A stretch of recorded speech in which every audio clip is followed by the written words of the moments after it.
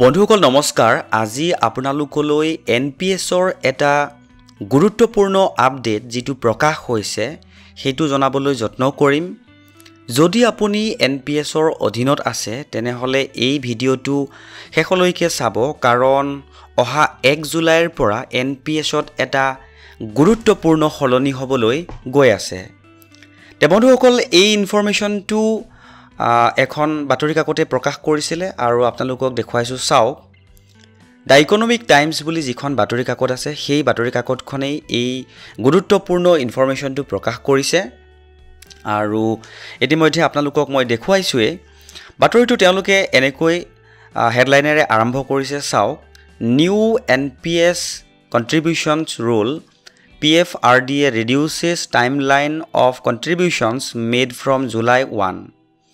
Three important things to know. তে বন্ধুসকল গম পাইছে যে ইতিমধ্যে যে 1 জুলাইৰ পৰা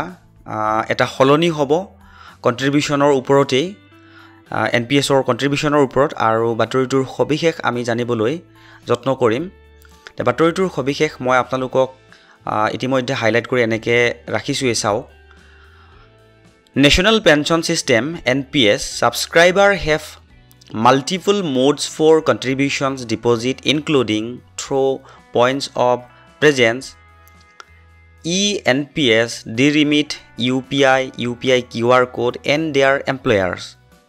The Pension Fund Regulatory and Development Authority has reduces the timeline for NPS contributions received by trustee bank on any settlement day will now be considered for same day investment গুৰুত্বপূৰ্ণ ইনফৰমেশন এই ইনফৰমেশনটো আপোনালোকে আকৌ এবাৰ মই পঢ়ি শুনাইছো আপোনালোকে নিশ্চয় বুজি পাব এইখিনিৰ পৰা গুৰুত্বপূৰ্ণ ইনফৰমেশনটো ইয়াতে লিখিছে চাওক The Pension Fund Regulatory and Development Authority has reduces the timeline for NPS contributions received by trustee bank on any settlement day will now be considered for same day investment earlier the timeline was T+1 this new timeline for same day investment will be effective from July 1 2024 PFRDA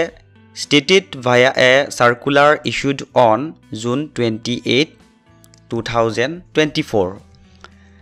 The Pension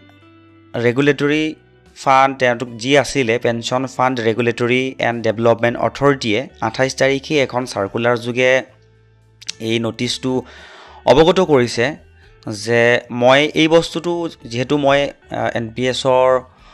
কৰ্মচাৰী বা NPS নাই মগতিকে ভালকৈ জনা নাই যি সকলৰ NPS আছে তেওঁলোকে গম পাব এই কথাখাৰ যে নিশ্চয় গম পাব যে trustee bank on any settlement day will now consider same day আগতে সেম ডে হোৱা নাছিলে যেটো ট্ৰাষ্টি বেংকৰ সেটেলমেন্টটো হেতু এতিয়া সেম ডে হ'ব অৰ্থাৎ আগতে T+1 আছিলে এতিয়া হ'ব T+0 আৰু বাতৰিটোৰ আৰু ইনফৰমেশন আপোনালোকক জনাবলৈ চেষ্টা কৰিছো চাওক New NPS contributions rules how it works. Contributions are placed into the allocated account of the trustee bank after exchanging information with central record keeping agencies. The trustee bank invests contributions received up to previous day on the next settlement day অর্থাৎ T+1 এটো যিসকলৰ NPS আছে তেওঁলোকে গম পাব যে T+1 হলে কি হয় বা সেটেলমেন্ট কি হয় তেতিয়া হলনি কি হ'ব হেতু ওপৰত তেওঁলোকে ইনফৰমেশনটো লিখিছে চাওক দেখাবলৈ যত্ন কৰিছো what is the sense এই সেন্সটো লক্ষ্য কৰিব from July 1 2024 TB and CRS contributions received by TB till 11 a.m. T on any settlement day will now be considered for same day investment. Note that contributions received by TB after 11 a.m. will be invested on the next day. According to the PFRDA circular dated on June 26, 2024,